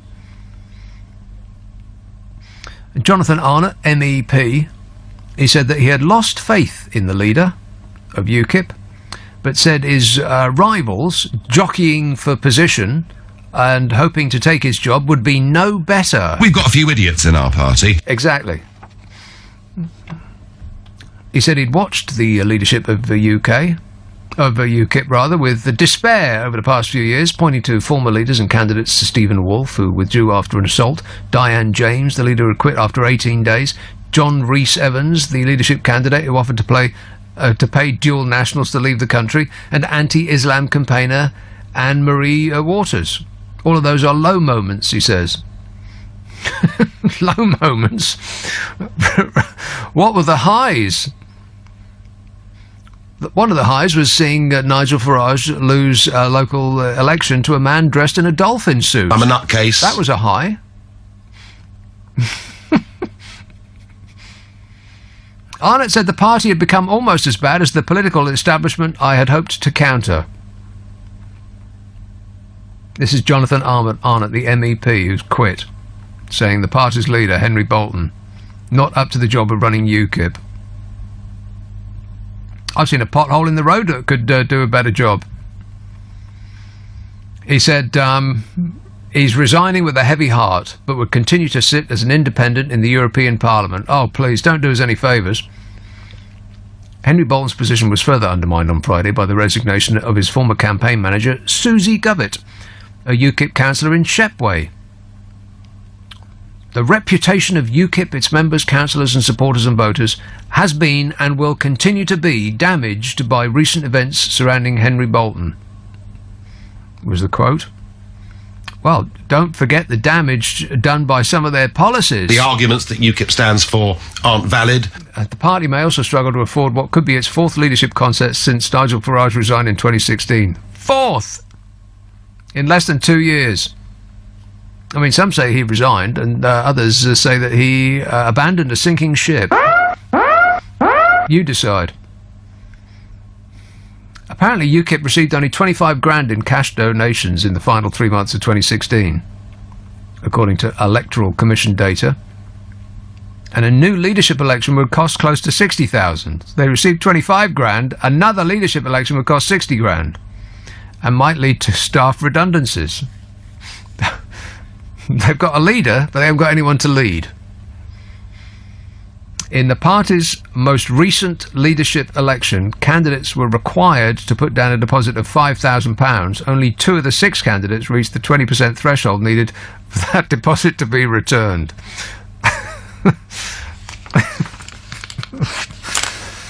I can remember when the people thought that they were the future. How quickly times change, eh? Still, it's amusing. Thanks for all the laughs. We appreciate it. So, God, who knows what might happen between now and this time next week. It just fair boggles the mind thinking about it, don't it? But whatever it is, we'll chew it up and spit it out then, eh?